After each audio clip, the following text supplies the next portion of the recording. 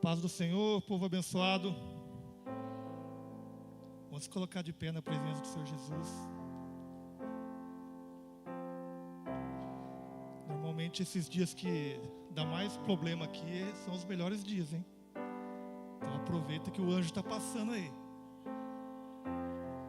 Vamos fechar os nossos olhos, aquietar os nossos corações, elevar os nossos pensamentos ao Pai. Pai, em nome do Senhor Jesus, eu peço a Tua presença, ó Deus, sobre esse culto de louvor e adoração ao Senhor. Que o Senhor venha se manifestar ao nosso meio, Pai, diante dessas pequenas lutas e dificuldades. Que o Senhor possa manifestar a Tua glória, o Teu poder, a Tua força, o Teu amor sobre as nossas vidas. Que o Senhor possa tocar, ó Deus, o nosso coração, a quebrantar esse coração duro, a quebrantar, ó Deus, os nossos corações que precisam da Tua presença, Pai. Sem o Senhor não somos nada, não temos força, não temos poder, não temos autoridade, Pai. Mas no Seu nome, ó Deus, podemos fazer muito, podemos chegar, ó Deus, a coisas impossíveis nas nossas vidas. Mas precisamos da Tua presença, precisamos do Teu poder, ó Pai. Venha, ó Deus, habitar no meio dos nossos louvores, louvores que serão ministrados, ó Pai, a Ti, porque só o Senhor é digno e mais ninguém, ó Deus. Venha, ó Deus maravilhoso, habitar no meio da palavra, encher os nossos corações através da palavra, nos trazer, ó Deus, o alimento do céu, nos trazer entendimento, sabedoria, discernimento, ó Pai. Venha nos ajudar, ó Deus, nessa batalha, nessa luta, nessa guerra, porque o Senhor é o Deus dos exércitos.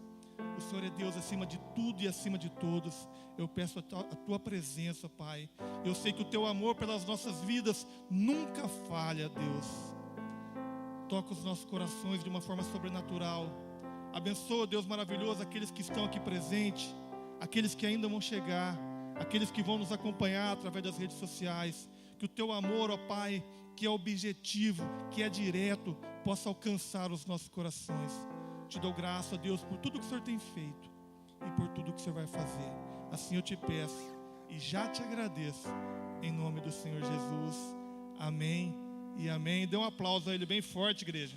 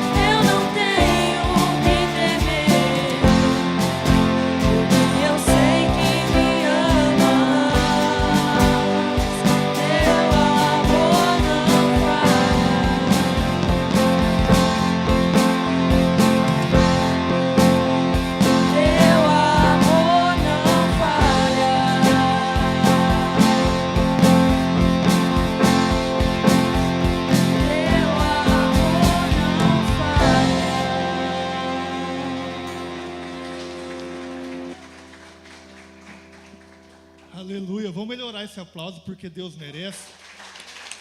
Glória a Deus, Jesus. Aleluia, Pai. Eu sei que cada um saiu da sua casa para vir louvar e adorar o nome do nosso Deus. Então declara no seu coração assim: ó, vim para adorar-te, Senhor. Vim para dizer que Tu és santo. Vim para dizer, ó Deus, que Tu és digno de todo o meu louvor. Derrama o seu coração diante de Deus, através do louvor, através de palavras cantadas. Adore ao Senhor. Luz do mundo, vieste à terra para que eu pudesse te ver.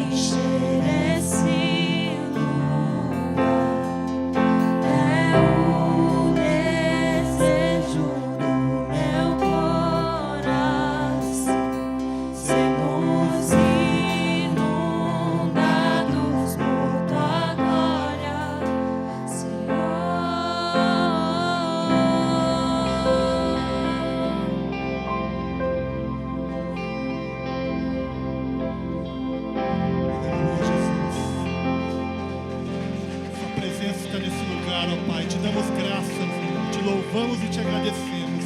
Em nome do Senhor Jesus. Amém e amém. Glórias ao Senhor. Graças a Deus. Mais uma vez estamos aqui para adorar o Senhor, bendizer o nome desse Deus maravilhoso. Mais uma quarta-feira, quarta do propósito. E nós vamos continuar pedindo a presença do Espírito Santo. Nós vamos orar nesse momento. Nós temos muitas pessoas que estão enfermas. E dentro dessas pessoas que estão passando por esse processo de enfermidade, nós temos um caso muito interessante, que é do Rafael, irmão do Paulo. Estava jogando bola, passou mal, levaram para o UPA, convulsionou, fez os exames, foi detectado um tumor no cérebro, é isso? E ele vai ter que passar por uma intervenção cirúrgica. E segundo o Paulo informou para mim, desde os 12 anos que ele tem esse tumor. E a gente sempre observa o lado obscuro do problema, mas é um momento em que o Senhor revelou a enfermidade.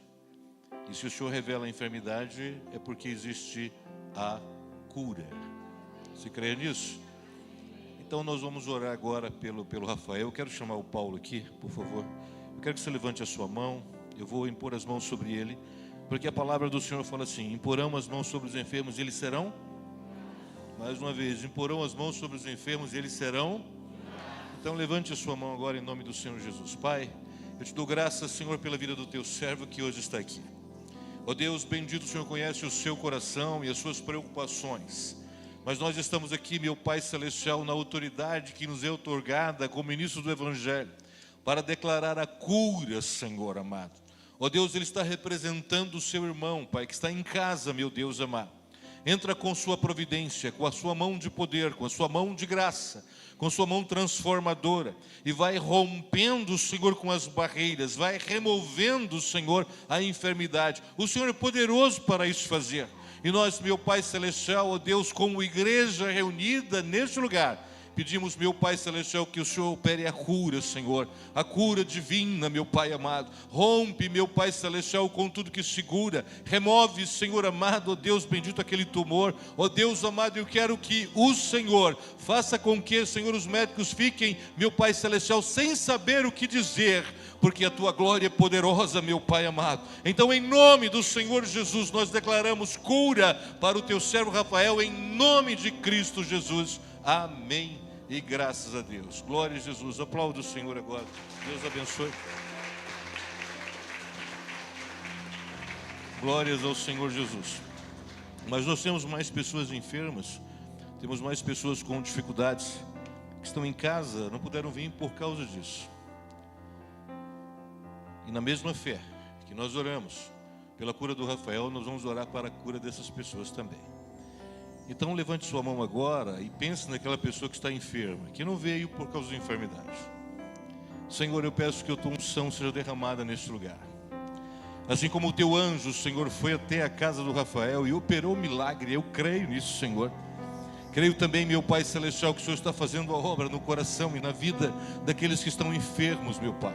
São infecções, meu Senhor amado, de garganta, infecções respiratórias, Senhor. Entra com sua providência, entra com sua graça, entra com o seu poder, entra com a sua bondade, Pai Celestial, e vai tratando, Senhor amado, de forma extraordinária, ó Deus bendito, nos mínimos detalhes, Senhor. Aqueles que conhecemos, que os Teus filhos estão apresentando agora, aqueles, meu Pai Celestial, que estão passando por dificuldades, por lutas, por enfermidades, Senhor, entra com sua provisão neste momento, e nós como igreja do Senhor declaramos a cura, declaramos a libertação, meu Pai, das enfermidades, meu Deus. Ordenamos que as infecções desapareçam em nome do Senhor Jesus. Todo espírito que traz a enfermidade, nós declaramos que você está destruído, amarrado, em nome de Cristo Jesus. Que não interfira mais na saúde dos servos de Deus, ó Pai. Protege os Teus filhos, Senhor. Coloca a Tua mão poderosa, meu Pai Celestial,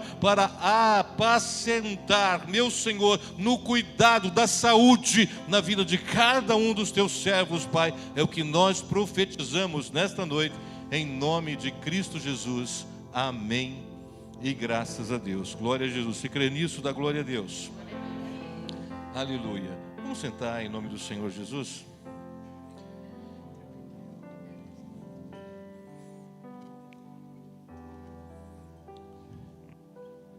Hoje nós trazemos uma palavra para a vida dos irmãos e que de uma forma poderosa o Senhor reforce a nossa condição espiritual de uma renovação no trabalhar do Espírito Santo de Deus.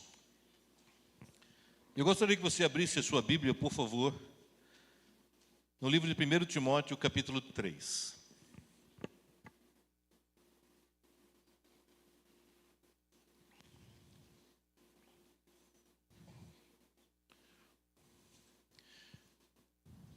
Esta carta,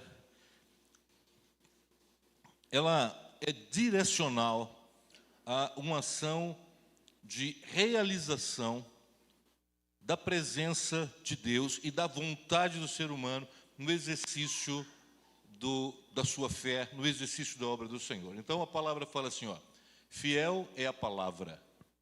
Se alguém aspira ao episcopado, excelente obra almeja. E, assim, trazendo para uma posição cômica, há muito tempo atrás, um amigo nosso estava pregando, na empolgação, ele disse assim, se alguém aspira ao psicopata, excelente obra deseja. Né? Então, a gente brincou, né, porque episcopado e psicopata, na realidade, as ações que estremecem, elas são muito parecidas, né? Porque você entra em uma posição em que você tem que viver uma vida e não tem que fazer as suas próprias vontades, os seus próprios desejos, porque a sua vida tem que ser exemplo em todas as coisas. Cometemos erros porque somos seres humanos e esses erros são observados, mas quando você aspira a isso, você abre mão, né, do seu direito de, vamos botar assim, do seu direito de errar, se é que alguém tem direito de errar, mas assim, abre mão disso, porque constantemente você é avaliado, constantemente você é observado. E a gente está falando aqui do episcopado, está falando em relação a pessoas que se dedicam exclusivamente à obra. Mas quando você está na igreja, esta mesma posição de santificação, de afastamento, ela abraça você. E eu acredito que vocês já passaram por situações assim, até mesmo vexatórias, tipo assim, mas você não é crente? Por que faz isso? Não é? Alguém já falou isso para você? Não, né? Só para mim que falaram. Para vocês nunca falaram isso. Você não é crente porque você está fazendo isso. Você não é. Por quê? Porque exige-se uma posição diferenciada daqueles que conhecem a palavra, daqueles que conhecem a Deus, daqueles que amam o Senhor. Isso em todas as áreas. Quer seja na nossa condição dentro da nossa própria casa, com o nosso cônjuge, com os nossos filhos, com a nossa família, no ambiente de trabalho, com as pessoas que nos conhecem, todos nos observam. E existe uma cobrança, e nós sabemos disso. E o aspecto de santidade, ele recai sobre nós, e eu diria não como um peso, mas como um galardão. Não como algo que eu tenho que arrastar, não, é como algo que eu tenho que viver, que eu tenho que incorporar. Porque como somos seres humanos fadados ao pecado, e Paulo na carta aos Romanos fala que o nosso corpo está enfermado pelo pecado, e é uma doença que ela não sai, não é? Ela não sai. Então, como viver um aspecto de santificação, de santidade, das exigências que a própria palavra coloca sobre as nossas vidas? Vamos continuar lendo para que a gente possa entender. Versículo 2 fala assim, é necessário, portanto, veja só, quem deseja o episcopado, excelente obra deseja. Aí vem assim, é necessário, portanto. Agora, está falando diretamente aquele que abraça esse desejo de servir ao Senhor, de oferecer a sua vida em sacrifício, né? E aí eu vou voltar a falar de Paulo, que fala assim, em sacrifício vivo, santo e agradável. Então, é preciso essas 3 qualificações para que a gente possa estar qualificado diante do Senhor, né? Então, é necessário, portanto, que o bispo seja o quê? Irrepreensível. Olha só, que dureza, né? Esposo de uma só mulher, isso é fácil, né? Tem uma já é difícil, imagina ter 2, 3, é complicado demais, né? Então, isso aqui, beleza, né? Temperante, sóbrio, modesto, hospitaleiro, apto a ensinar. 3, não dado ao vinho, não violento, porém cordato, inimigo de contendas, não avarento, que governe bem a própria casa, criando os filhos sob disciplina com todo o respeito.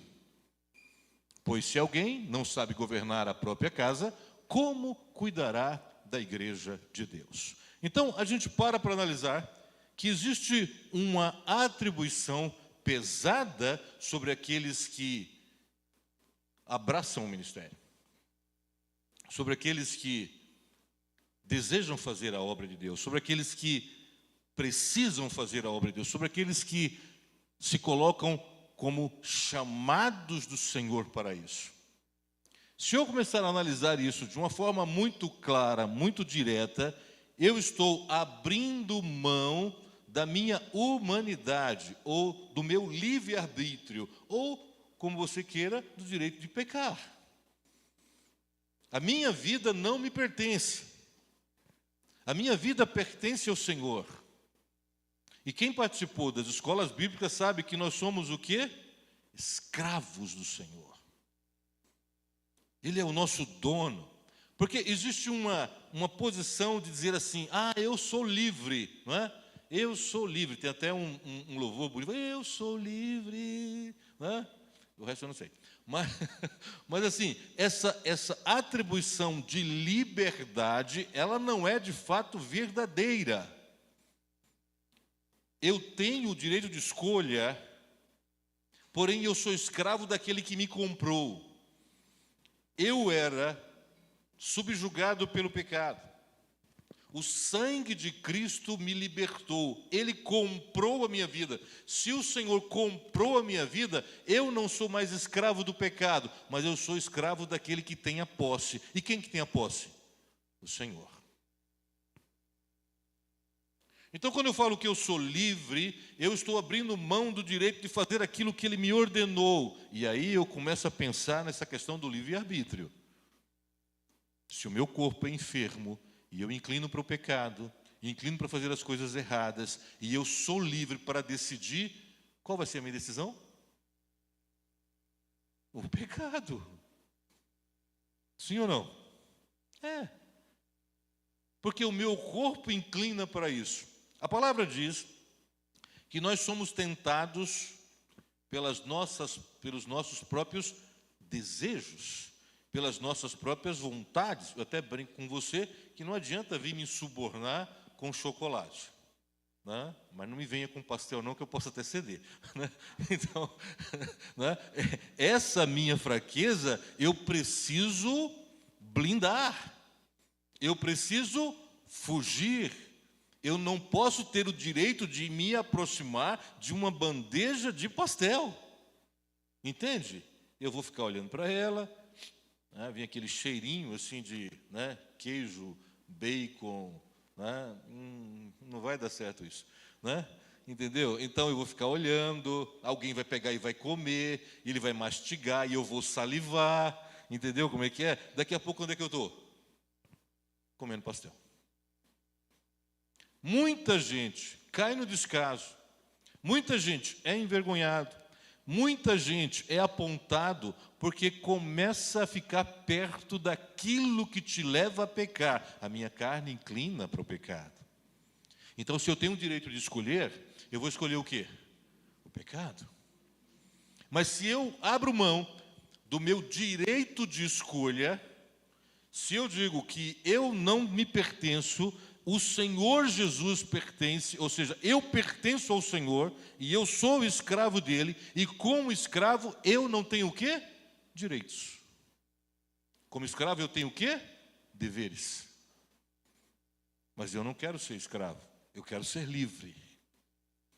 Entendeu a contradição de liberdade? A nossa liberdade nos leva para perto da bandeja de pastel. Nos leva para perto do pecado, né? A nossa liberdade faz com que a gente se arrisque. A nossa liberdade faz com que a gente fique perto da linha vermelha. E muitas das vezes a gente não tem forças para retornar.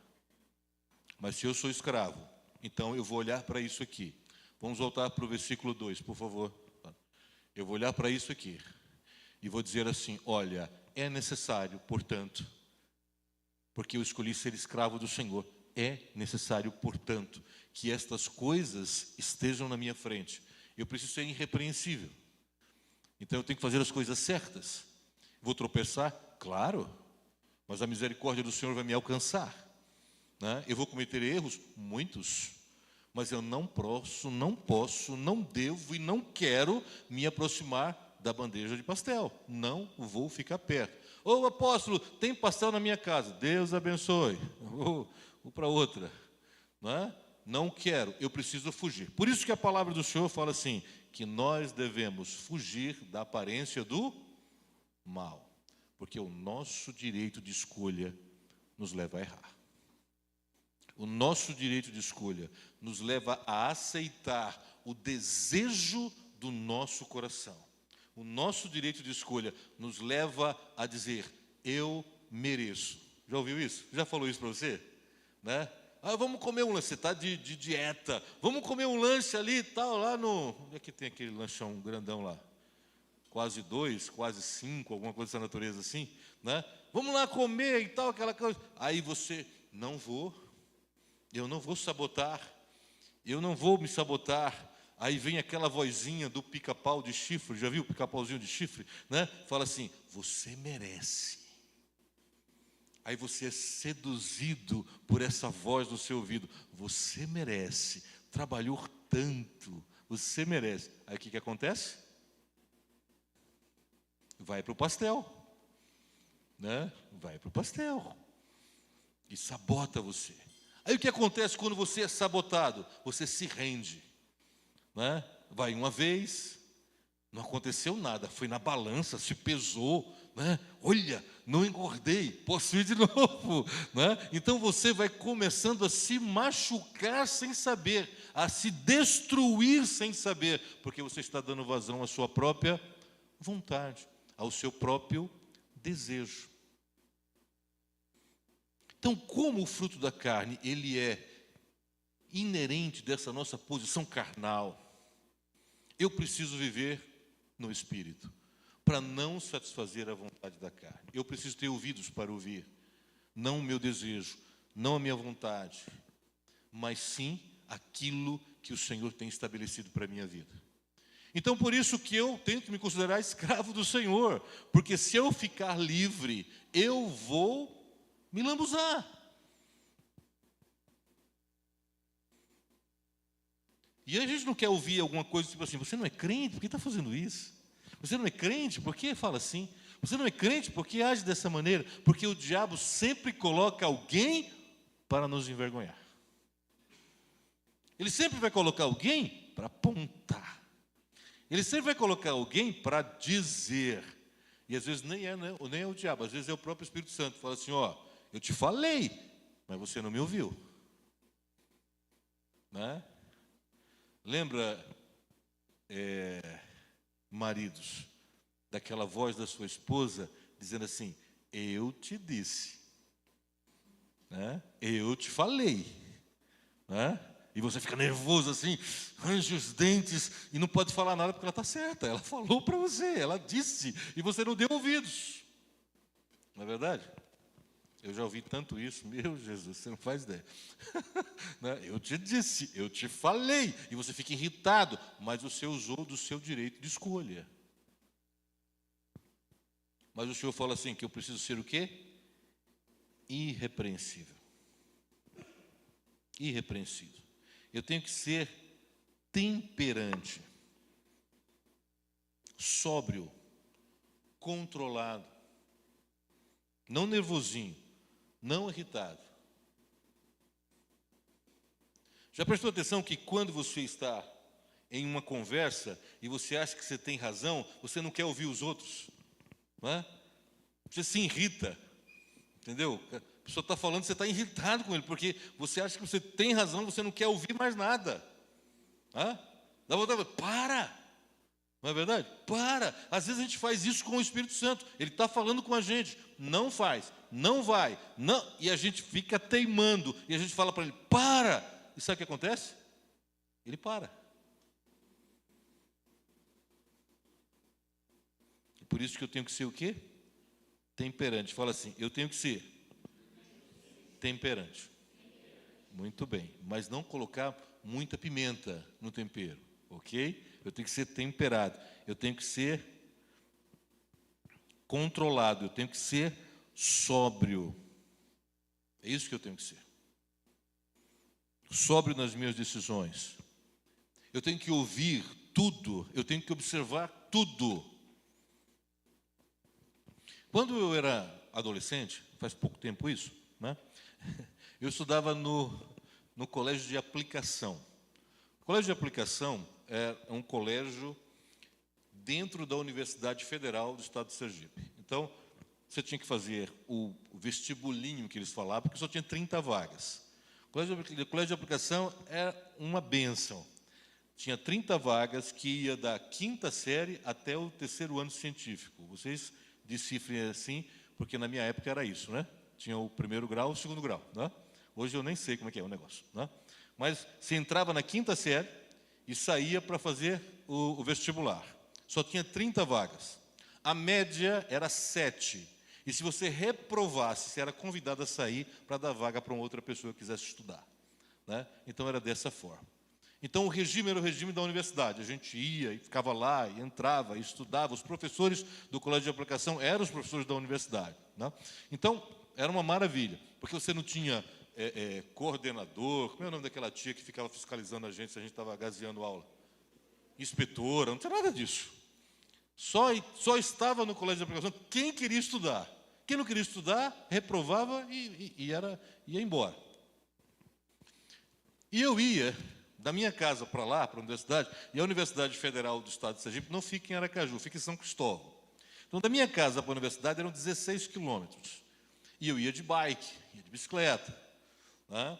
E aí tinha o rio, a divisa dos municípios era um rio, né? O rio Poxim. Era o rio Poxim, muito bem. Aí, quando a gente saía cedo da aula, a gente passava e dava uns mergulhos no rio. Mergulhava no rio e pulava da ponte, né? Pulava da ponte. Eu lembro do meu encontro com o... Como é que chama aquela frutinha roxa, compridinha, que mancha a camisa? Jambolão. Meu encontro com o jambolão foi um desastre. Eu chupei aquela frutinha, achei deliciosa. E o uniforme do colégio de aplicação era uma camisa branca, com o escudo, né, da universidade. Aí eu gostei tanto daquela frutinha. Onde foi que eu coloquei ela? Na camisa branca. Imagina o que minha mãe fez comigo. Eu não vou dizer para vocês que foi uma tentativa de assassinato que ela fez comigo, né? Então, quando eu olho para um pé de jambolão, né? O que você chama? Eu lembro da mamãe, né? Dizendo que eu ia ter que pagar a camisa para ela. Não é verdade?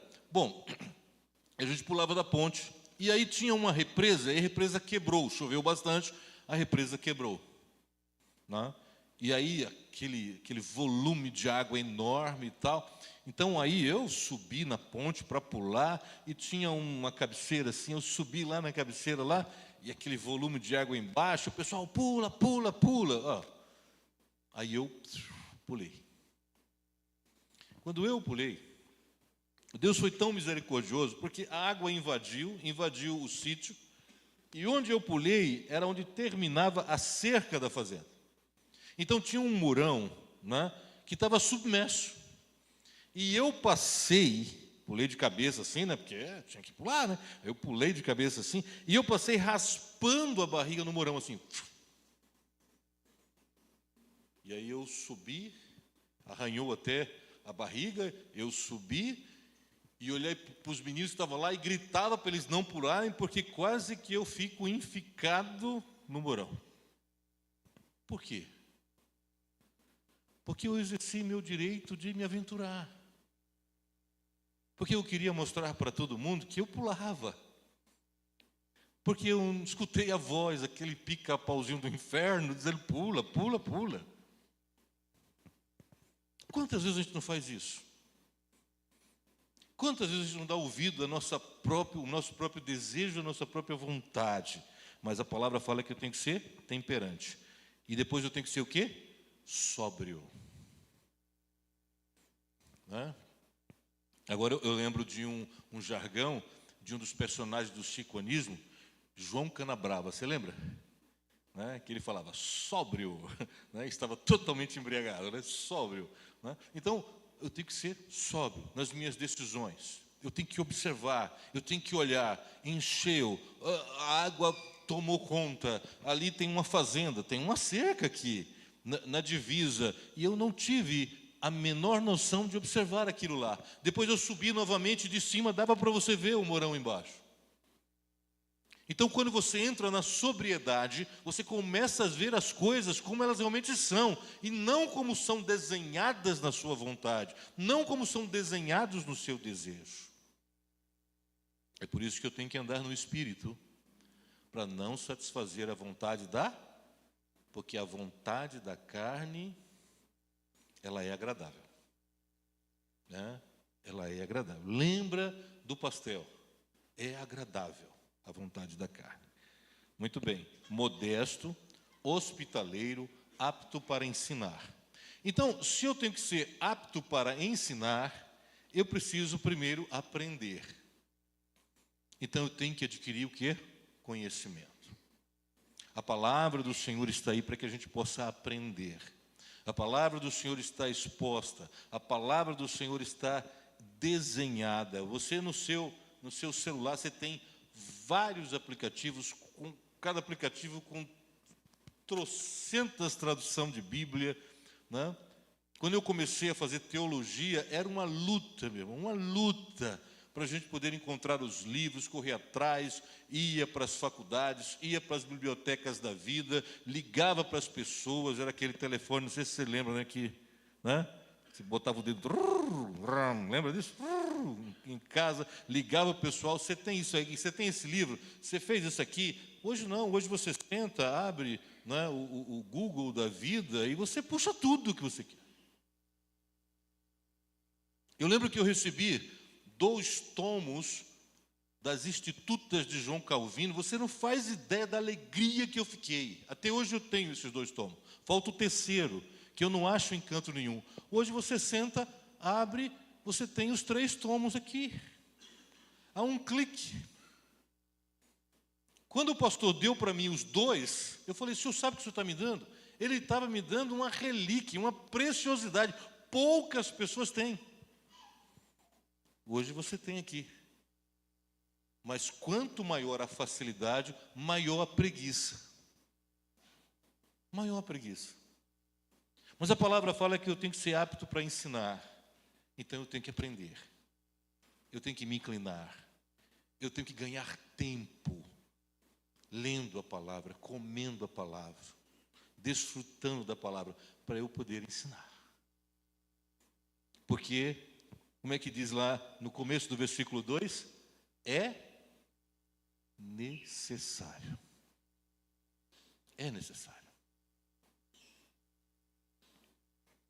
Quando eu lia, há alguns anos atrás, que nos últimos dias, as pessoas correriam de um lado para o outro para ouvir a palavra, na minha cabeça iria acontecer uma perseguição, que todas as Bíblias seriam confiscadas, assim como aconteceu na Revolução Francesa, que queimaram as Bíblias.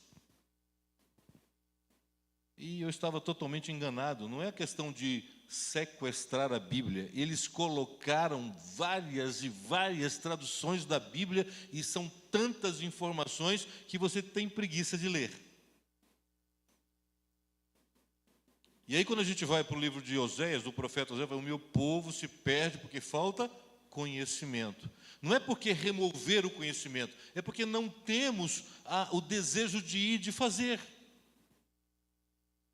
Isso nos deixa extremamente confusos.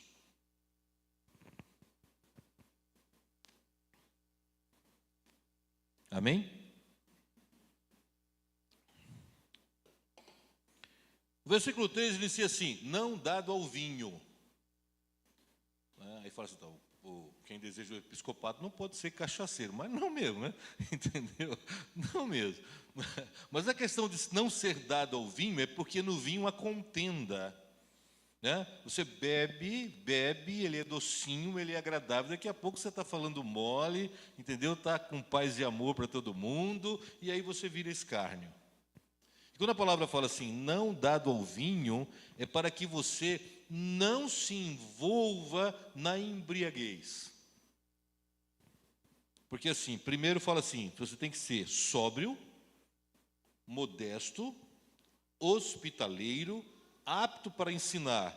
Não estrague isso com o vinho. Né? Esse grifo é do Admilton 3.3, tá? Não estrague isso com o vinho. Né? Porque se a pessoa ver que você é dado ao vinho, você não vai ter moral nenhuma para falar nada para ninguém. Por isso que você não pode ser dado, né, ao vinho. Não violento. Né? Então veja que essa questão de não violência, o último podcast que nós fizemos no comércio, nós falamos sobre misoginia, né, sobre agressão, sobre essas coisas. Espero que você tenha ouvido lá o debate que nós fizemos lá. A posição era o trabalhar da igreja quando isso acontece. Mas a palavra já está dizendo, já no começo, que aqueles que estão debaixo da mão de Deus para fazer a obra de Deus, não pode ser o quê? Violento. Isso não quer dizer que você tem que ser covarde. Lembra do apóstolo que pregou domingo aqui, que disse que o cara correu quando o assaltante chegou, deixou a mulher sozinha e correu? Então, os covardes não têm direito do reino do céu, não, tá? Entendeu? Mas você não pode ser o quê? Violento. É diferente. Covardia é uma coisa, violência é outra. Ok? Cordato. Né?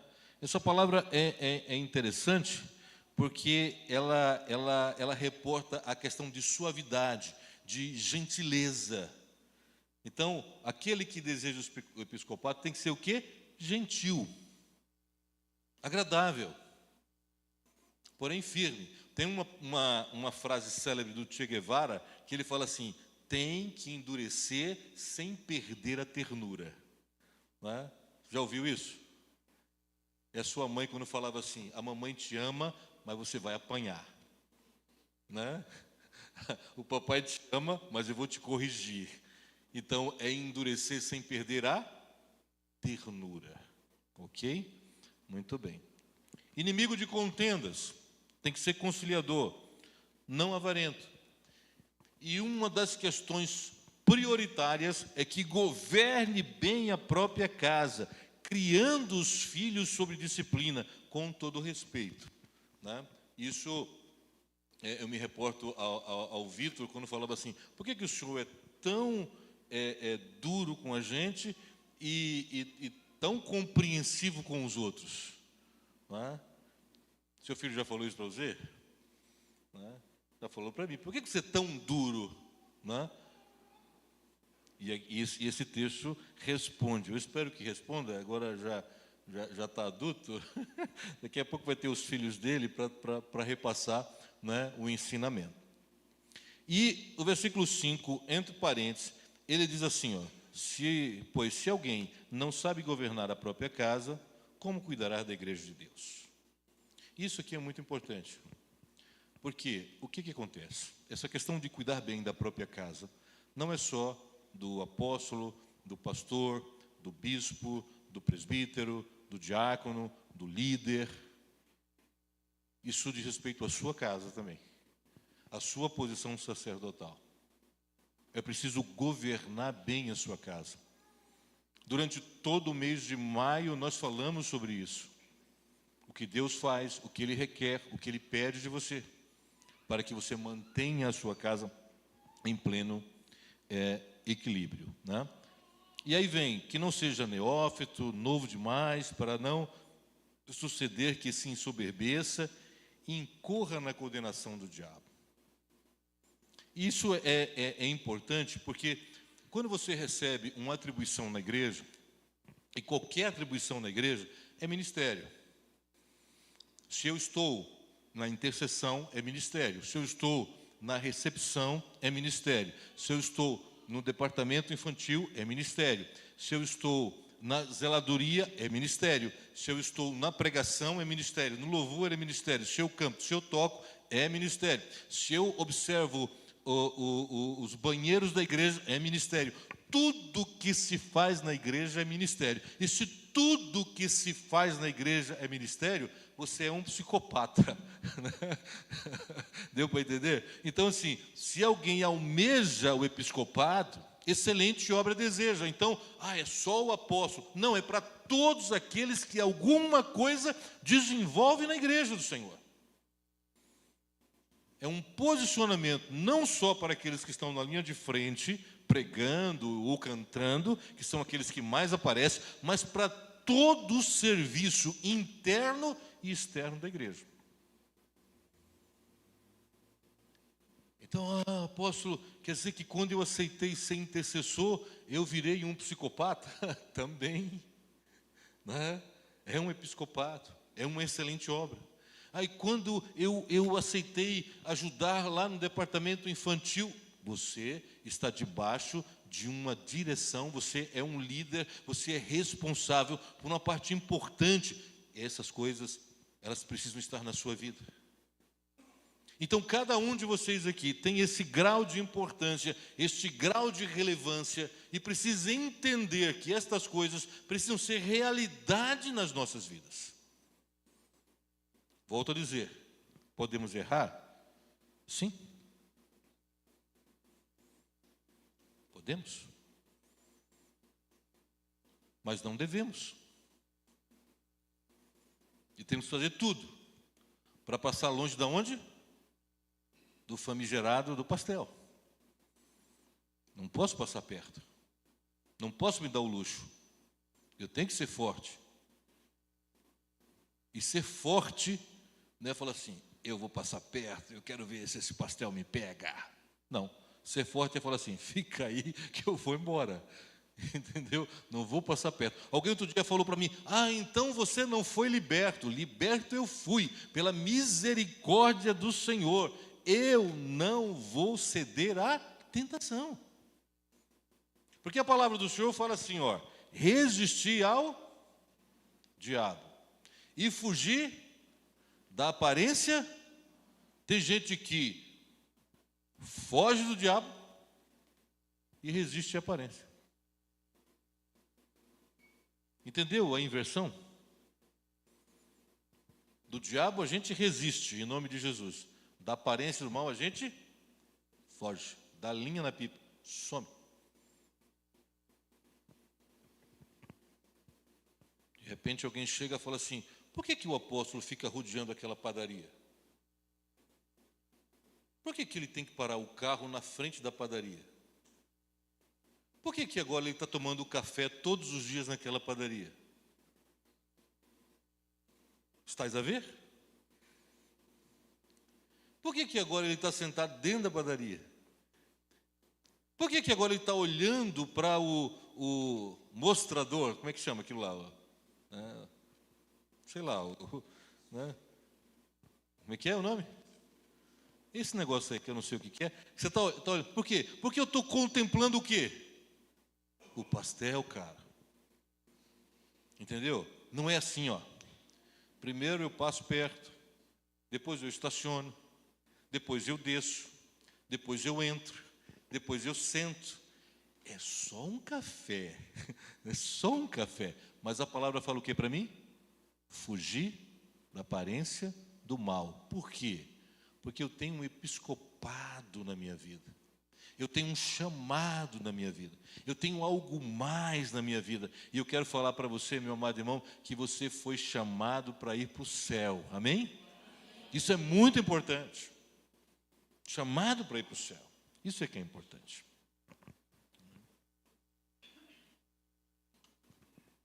Então, não estou falando aqui que pastel é pecado não, viu? Pode comer o pastelzinho, tá?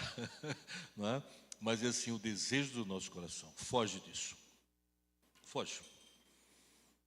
Porque se você não fugir, Ele vai te abraçar. Amém? Muito bem. Mas quando eu expressei o desejo de que vocês viessem aqui nesta noite, é porque nós temos algo a comunicar para vocês.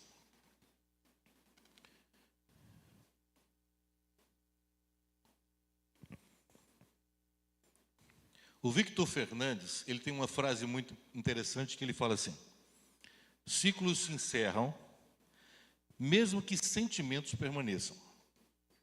Ciclos se encerram, mesmo que não tenham durado o tempo que você gostaria que durasse.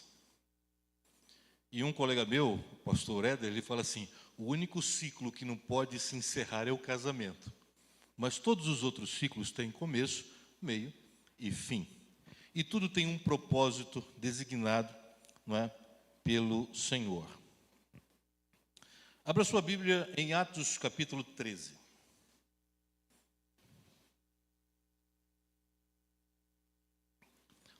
Em Atos capítulo 13, a palavra diz assim, ó: havia na igreja em Antioquia profetas e mestres. Barnabé, Simeão, por sobrenome Níger, Lúcio de Cirene, Manaém, Colasso de Herodes, o tetrarca, e Saulo. Esse Saulo é o nosso Paulo, né? E servindo eles ao Senhor e jejuando, disse o Espírito Santo: separai-me agora Barnabé e Saulo para a obra que os tenho chamado. Então, jejuando e orando, e impondo sobre ele as mãos, os despediram. Amém? Então, havia na igreja de Antioquia profetas e doutores. E eles estavam ali, orando, jejuando, aprendendo, trabalhando.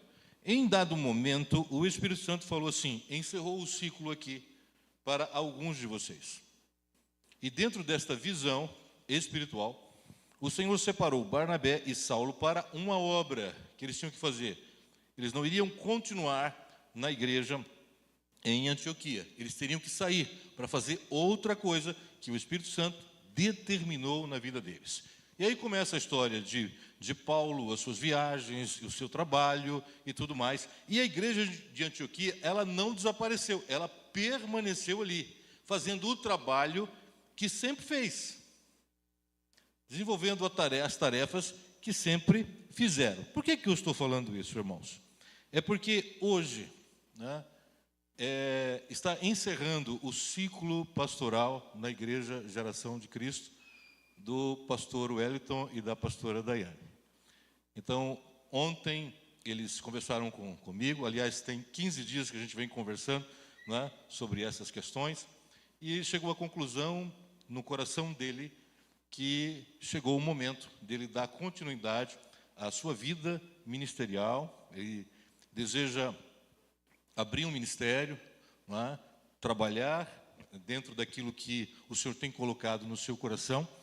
Não é? E por isso que eu convidei todos vocês para fazer esse anúncio aqui, não é? E em nome da igreja agradecer aos pastores pelo tempo que passaram aqui, pelos trabalhos que prestaram, né? Houve uma cumplicidade de valores. A igreja ajudou, eles ajudaram a igreja, mas chegou um momento em que eles precisam tomar, né, o seu caminho, tomar o seu rumo. E eu gostaria de convidar o pastor Wellington, a pastora Daiane, as suas filhas que viessem aqui, né? Foram 4 anos aqui com a gente, né? Mas agora aprove ao Espírito Santo que eles tomassem, né, esse caminho. Está faltando uma, né?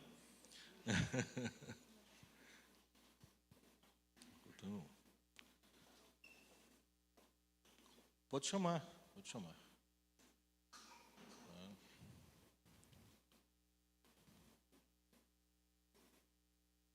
Agora você está entendendo, né? O convite, né? Por favor, bispo, por gentileza, vem aqui. Tá?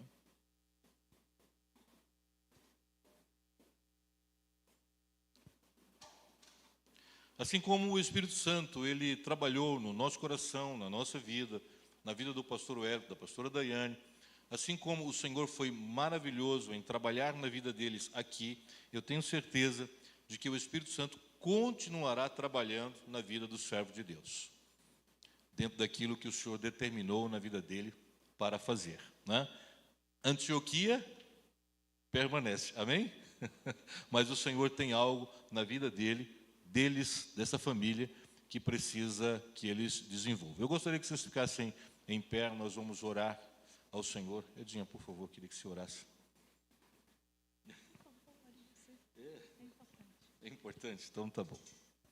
Levante sua mão, em nome de Jesus. Pai, pelo poder que há no nome de Cristo Jesus, Senhor, nós pedimos a Ti que abençoe os Teus filhos nesta nova jornada, neste novo empreendimento, Senhor amado. O Senhor tem determinado no seu coração e na sua vida, o Senhor tem trabalhado, Senhor amado, na vida desta família, meu Pai, preparados, meu Senhor amado, para, ó Deus, o proceder do Teu Espírito. Peço, meu Pai Celestial, que barreiras sejam quebradas, dificuldades arrancadas, meu Pai Celestial, e que o Teu Filho, Senhor, junto com a Tua serva e as suas filhas, dentro, meu Pai Celestial, da esfera do Teu Espírito Santo, rompa as barreiras, destrua, Senhor amado, em nome de Jesus, todos os empecilhos, e que a Tua glória, meu Pai Celestial, seja vista e vivida, Senhor, na vida dos Teus servos, meu Pai Celestial. Assim, meu Pai Celestial, derrame a sua graça, o seu poder, e que de forma extraordinária possamos, meu Senhor, ouvir os resultados que o Senhor fará através dos Teus filhos, meu Pai. Eu creio nisso em nome do Senhor e Salvador Jesus Cristo. Meu Pai Celestial, como apóstolo, Senhor, abençoa os Teus filhos, meu Pai, neste novo empreendimento, e peço que o Senhor direcione cada passo em nome de Cristo Jesus. Amém. E graças a Deus, né? Em nome da igreja, nós separamos aqui uns presentinhos, porque fomos pegos também assim, bom, né? Ontem. Pastor, isso aqui é um livro. Muito bem.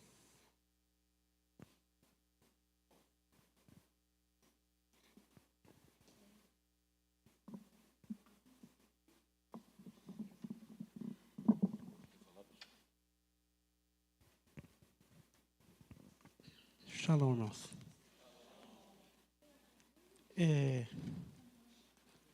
Pode se sentar. Queridos, foi uma grande alegria poder chegar na casa. Confesso para vocês. Foi uma grande alegria poder chegar, ser recebido, acolhido. Tudo que nós vivemos aqui, segura para mim, nesses últimos 4 anos. Numa das últimas conversas que eu e o apóstolo nós tivemos, os discipulados eram constantes. Eu disse que nesses últimos 4 anos eu aprendi aqui o que eu deveria ter aprendido em 40, né? E foram 4 anos muito intensos, de muito aprendizado. Nós ganhamos referências, nós aprendemos lições, nós fomos tratados, restaurados aqui nessa casa. Então a gente sai com uma alegria. A alegria que a gente chegou, a alegria que a gente está indo, de que a geração, ela cumpriu dentro daquilo que Deus determinou para ela, para essa Antioquia, o papel dela nas nossas vidas. Então, nós chegamos aqui necessitados do auxílio da igreja, e nós recebemos fielmente no nome de Jesus. Então, nós saímos muito felizes. Quero agradecer a pessoa do apóstolo, né, apóstolo? O apóstolo foi um paizão, um companheiro, guardou a minha vida, guardou o meu ministério, respeitou a unção que Deus colocou sobre a minha vida.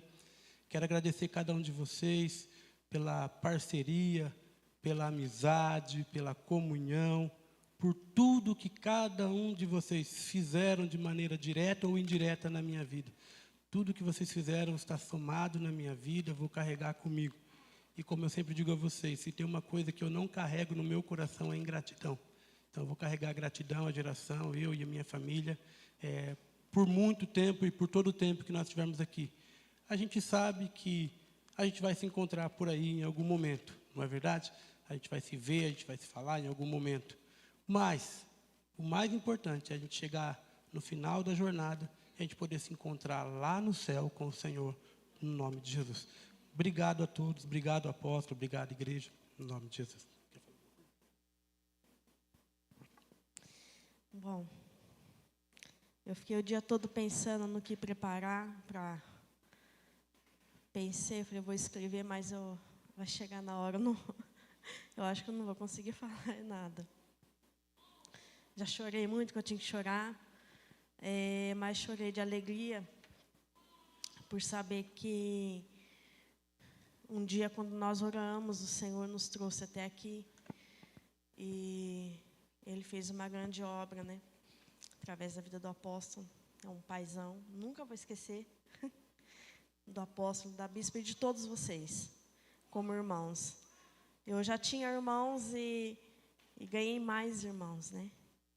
E não é um adeus, é um até logo. É algo que eu não gostaria que esse momento acontecesse nunca. É algo que talvez um dia eu esperasse, mas é algo que eu não queria que acontecesse. Mas que Deus, Ele, infelizmente, um dia o passarinho chuta do ninho. A gente é chutado do ninho e tem que voar. Não tem outra maneira. Dá medo, tem que voar, tem que bater as asas e tem que sair. Porque já é hora de sair, né? Mas é algo que eu deixo, é algo que eu vou carregar para a minha vida. São todas as experiências que eu tive com todos, cada abraço, cada sorriso, cada palavra, cada ministração, cada paciência que tiveram conosco, comigo, com as minhas filhas, com meu esposo, e cada momento que nós passamos juntos. Mas eu vejo que Deus, ele tem algo muito sobrenatural neste lugar. Porque Ele capacita pessoas, Ele levanta, Ele restaura, Ele faz obras mais lindas neste lugar. E um dia, eu quero, um dia que nós possamos voltar aqui e contar para você boas novas, para todos vocês. Amém?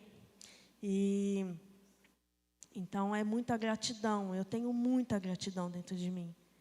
Né? Quando eu cheguei aqui, eu cheguei de uma maneira e estou saindo de outra. Né? E eu sei que daqui vai sair muitos frutos, porque da onde nós saímos da árvore, né? Né? Uma árvore frutífera. E quando eu cheguei aqui, eu gostaria também de dizer para a bispa o quanto eu amo ela.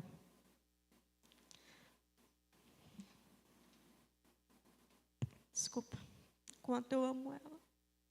Quanto ela, nesse período, ela me abraçou, o quanto ela me corrigiu. E o quanto ela me amou. Me amou como uma mãe. E é por isso que eu não queria que esse momento acontecesse, esse tchau, né? Mas não é um adeus, é um até logo. E é isso que eu gostaria de agradecer a todas vocês. Por tudo. Por tudo, por cada presença. Por cada abraço.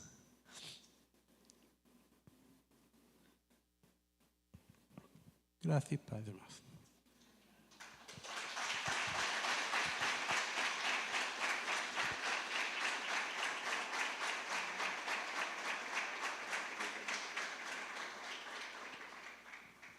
Glória a Deus. Cumpre-se aquilo que o Senhor começou e falou conosco há muito tempo atrás, em uma garagem aqui na Borba Gato. quando nós, orando ao Senhor, numa tarde, eu perguntei para ele, falei assim, qual é o objetivo da geração? E o Senhor mostrou aquela visão dos barcos sendo restaurados e sendo devolvidos à enseada. Alguns encostavam, a tripulação desciam e se juntavam à equipe para a restauração.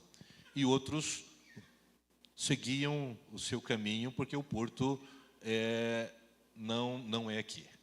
Nós agradecemos aos pastores por todo o trabalho, todo o empenho que ofereceram à Igreja Geração de Cristo. No final do culto, vocês abraçam o pastor e a pastora, têm a oportunidade, né, de, como eles mesmos disseram, não é um adeus, mas, né, como é que é? Eu já esqueci esse negócio. É um até logo, né? É um até breve, né? Porque nós estamos debaixo da mesma unção do Senhor. Amém? Glória a Deus. Vamos ficar, por gentileza, em pé. Nós vamos orar ao Senhor em agradecimento. Eu quero agradecer a todos vocês, né? Nós solicitamos que vocês viessem aqui para que a gente pudesse fazer esse comunicado a toda a igreja, né? E não deixe de dar o seu abraço ao pastor e desejar a ele que o Espírito Santo continue abençoando a sua vida. Feche seus olhos agora, vamos falar com o Senhor. Pai, graças eu te dou, Senhor amado, por tudo que o Senhor realizou. Pela vida, Senhor, do pastor Wellington, da pastora Daiane, Senhor, ó Deus bendito, desta família, meu Pai, que esteve conosco durante 4 anos, ó Pai Celestial. Senhor amado, aprendemos, ó Deus bendito, a amá-los, meu Pai, a respeitar, ó Deus amado. E o teu filho, meu Pai Celestial, como ele mesmo falou, recebeu de ti, Pai, bênção, graça e disposição, meu Pai Celestial, para esta obra. Senhor dos exércitos, que esta jornada venha ser uma jornada de muitos milagres, de muitas bênçãos, de muitas realizações, meu Pai Celestial. E que a tua presença, meu Senhor amado, envolva os teus servos, Senhor, de forma poderosa, em nome de Cristo Jesus. Ó Deus amado, ministra a sua paz, a sua graça, ó Senhor amado, na vida de todos os teus filhos. Senhor, eu quero confirmar a bênção da cura, meu Deus. Eu quero confirmar, Senhor, a bênção da cura em nome de Cristo Jesus. Eu creio, Senhor, nesta operação maravilhosa e que o teu poder, meu Pai Celestial, para que o teu filho, Senhor, possa vir aqui, nesta casa, ó Deus, e dar testemunho do milagre em nome de Cristo Jesus, aleluia. Senhor amado, nos abençoa, meu Pai Celestial, em nome de Jesus, amém. Esqueci de alguma coisa? É praxe. Fala que a Clarinha que você pôs lá, a mãe só está esperando a alta. Os médicos tinham desenganado, ela saiu da UTI. Ei, glória a Deus, aleluia. Nós oramos aqui pela Clara, lembra? Da neta do pastor Henrique Alberto. Os médicos tinham desenganado ela. Os médicos falaram que não tinha mais jeito. E ela está só esperando alta para ir para casa. Glória a Deus, aleluia. Glória a Deus, glórias ao Senhor. Deus é tremendo, Deus é maravilhoso, Deus é grande, aleluia. Eu acho que vou ter que ir em Bauru dar um abraço do meu amigo pastor Henrique. Glórias ao Senhor. Queridos, a agenda da semana, por favor, né? Nós estamos, hoje é? A oferta, obrigado.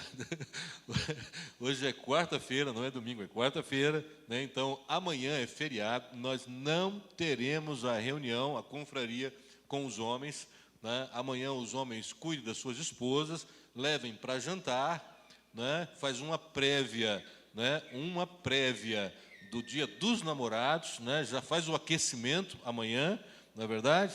Né?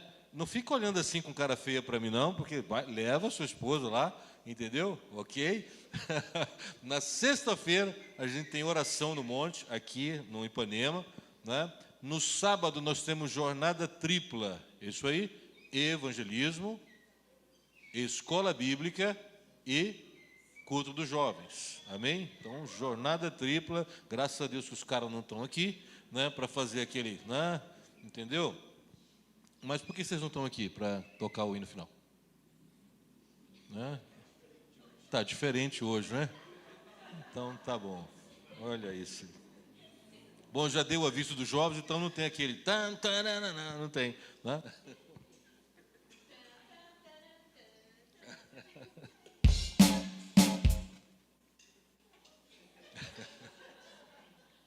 Tinha que ser o Tiago, né? Tinha que ser o Tiago. Não é verdade? E no domingo nós temos o nosso culto da família. Vamos celebrar o Senhor e eu vou fazer uma oração. Na celebração, se você trouxe a sua oferta, você coloca aqui, pega o envelopezinho lá, né, lá no fundo, senão você vai fazer, né, pelo Pix. Então já vou orar ao Senhor pela oferta. Senhor, derrama a tua paz, a tua bênção, ó Deus amado, na vida dos teus filhos. Multiplica, Senhor, na vida deles a prosperidade, meu Pai Celestial. Meu Senhor, a tua palavra diz, ó Deus amado, que o Senhor devolveria uma medida de uma generosidade tamanha que transbordaria, Pai.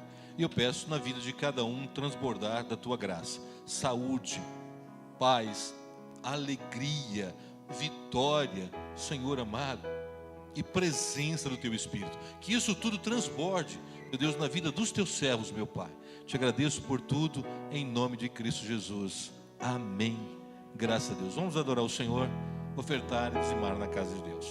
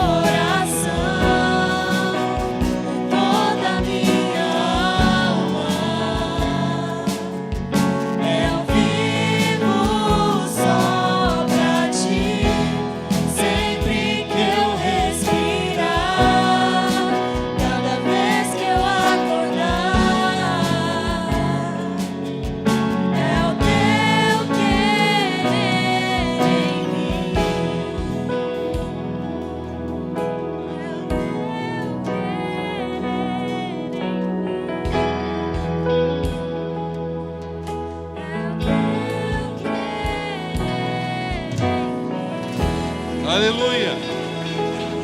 Glória ao Senhor. Glória ao Senhor nosso Deus.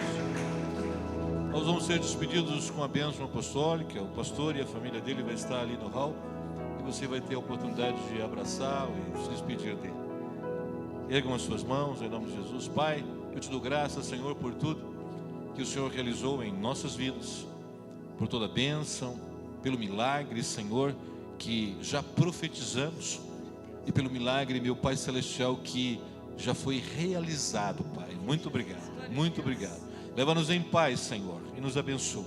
E para isso dizemos que a graça do nosso Senhor e Salvador Jesus Cristo, o grande e infinito amor de Deus, o nosso Pai, a comunhão e as consolações do Espírito Santo sejam sobre todo o povo de Deus, hoje e para todo sempre.